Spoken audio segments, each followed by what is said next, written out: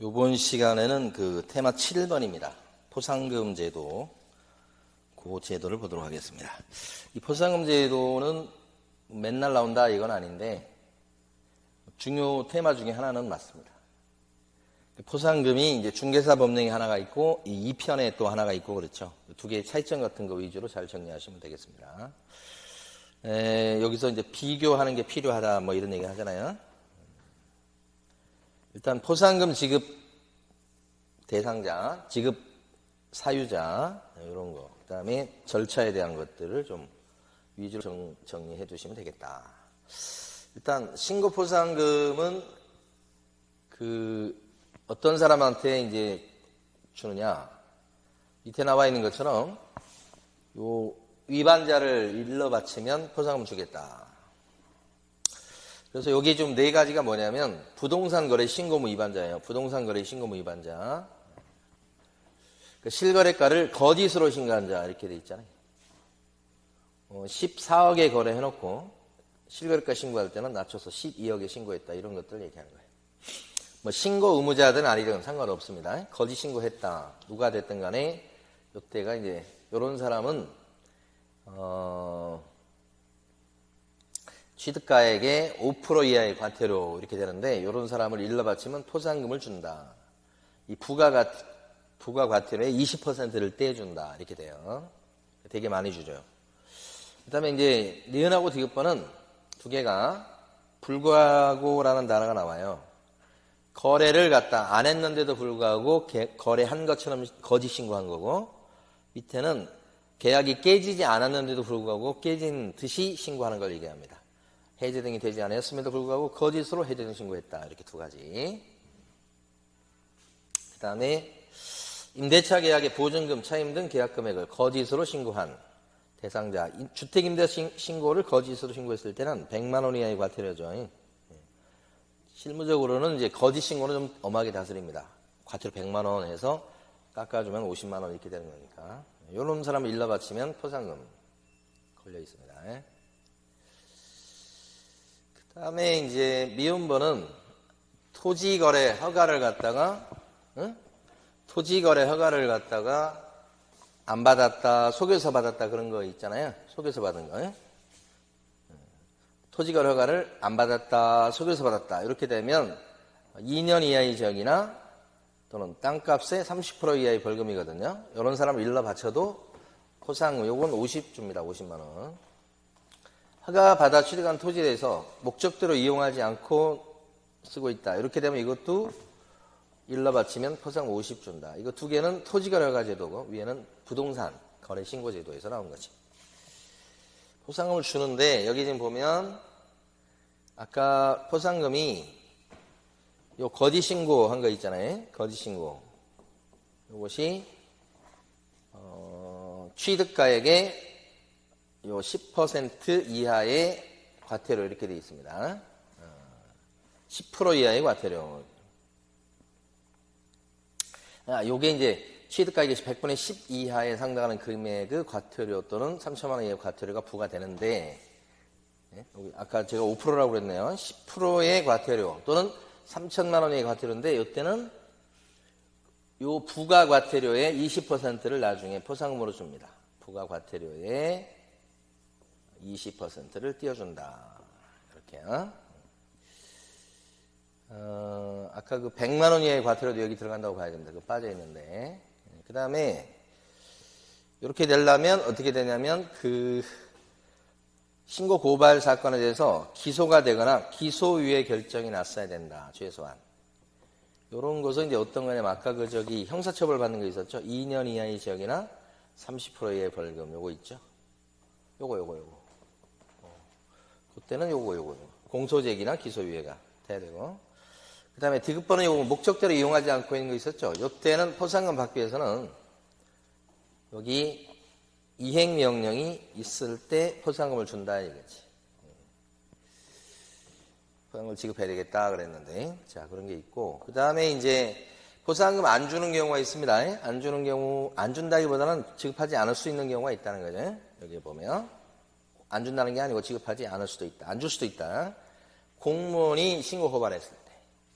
위반행위자가 신고 고발했을 때, 익명이나 가명으로 신고 고발했을 때, 이랬을 때는 포상금을 줄 수도 있지만 안 줄 수도 있다 이거고.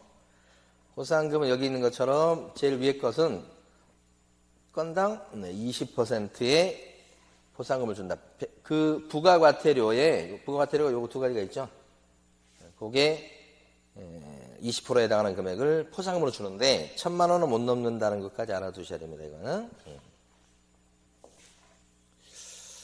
그 다음에 여기 허가 안 받고 했을 때는 포상금 50, 아까 말씀드렸죠. 그 다음에 이제 아까 목적대로 이용하지 않고 있는 사람을 일렀을 때도 50만 원입니다. 그러니까 토지거래 허가제도에서는 50이고 부동산 거래 신고료는 부가과태료에 20% 띄워준다. 이렇게 보시면 돼요.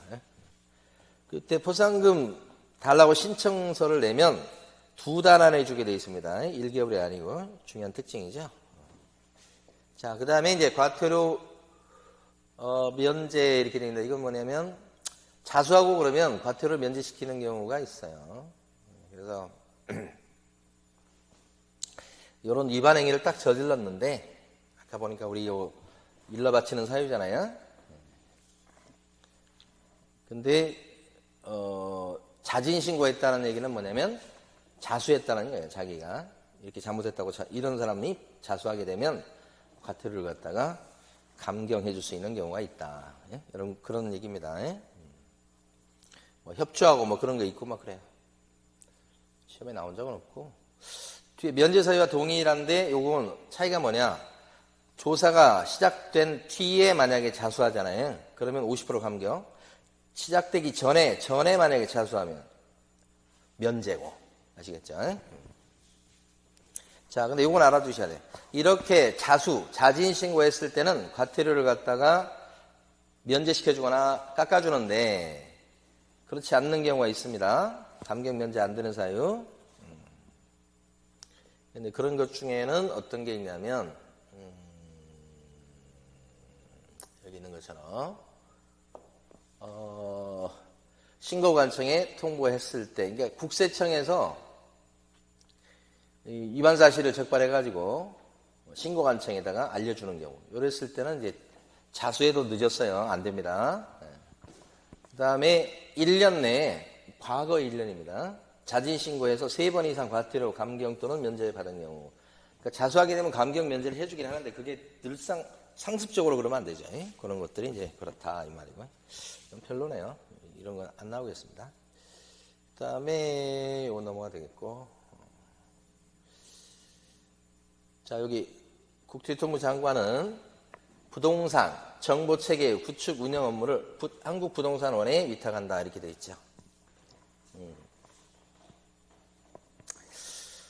정보체계 관리 대상 정보에는 실거래가 신고 정보, 검증하는 체계에 대한 정보, 임대차 계약 신고 정보, 변경 해제 신고 정보, 외국인 특례에 따른 그런 정보, 토지거래 허가에 관련된 정보, 거민에 관련된 정보, 이게 부동산 거래 신고에 관련된 거래 신고, 거래 계약 등 부동산 거래 관련 정보 이렇게 되어 있습니다. 이런 것들이 이제 관리 대상 정보에 들어간다. 나라에서. 볼까요? 1번. 틀린 것을 몽땅 고르세요. 가명으로 신고해서 신고인으로 확인할 수 없는 경우에는 포상금을 지급하지 아니할 수 있다. 이거 누가 신고했는지 드러나지 않았을 때는 안 줄 수 있다는 얘기니까 동글뱅이죠.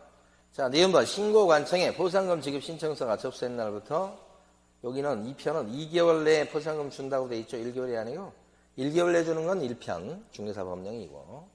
디귿번 신고관청은 하나의 위반행위에 대해서 2명 이상이 각각 신고 고발했습니다. 따로. 그러면 어떻게 해요? 균등이 아니고 최초로 신고 고발한 사람한테 다 몰아주게 돼 있어요. 따로 신고하면 최초입니다. 그래서 여기서 지금 틀린 것은 니은하고 디귿번이니까 요게 되겠고. 다음에 여기서 포상금 지급 대상에 해당하는 위반 행위를 모두 골라라. 기억번. 부동산 매매 계약의 당사자가 동일 부동산의 실거래가를 거짓으로 신고했습니다. 또 거짓 신고자다 이렇게 되면 이 사람 포상 걸려 있는 거 맞죠? 이게 원래가 이제 거짓 신고자는 거짓 신고에 따라서 취득가액의 10% 이하의 과태료죠. 이런 사람 일러 바쳤을 때 포상금은 부가과태료의 20%를 떼어준다 이거지. 그 다음에 매매 계약을 하고 중개사가 신고를 하지 않도록 요구했다. 여기서 요구한 것은 요것은 500만 원 이하의 과태료 사유이긴 한데 포상금하고는 관련이 없습니다. 얘는 거짓 신고가 포상금하고 관련돼 있죠. 그 다음에 목적대로 이용하지 않고 있는 사람을 일렀다. 이것도 포상금 걸려 있죠. 이때는 이제 10% 이행강제금이에요. 10% 이하 정확히는 이행강제금인데 포상금 걸려 있죠. 얘도.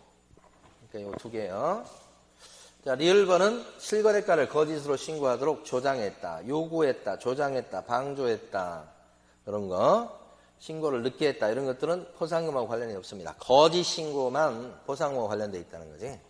기억 되시니까 답은 1번이 되겠고 예상 문제에서 요거 하나 합니다.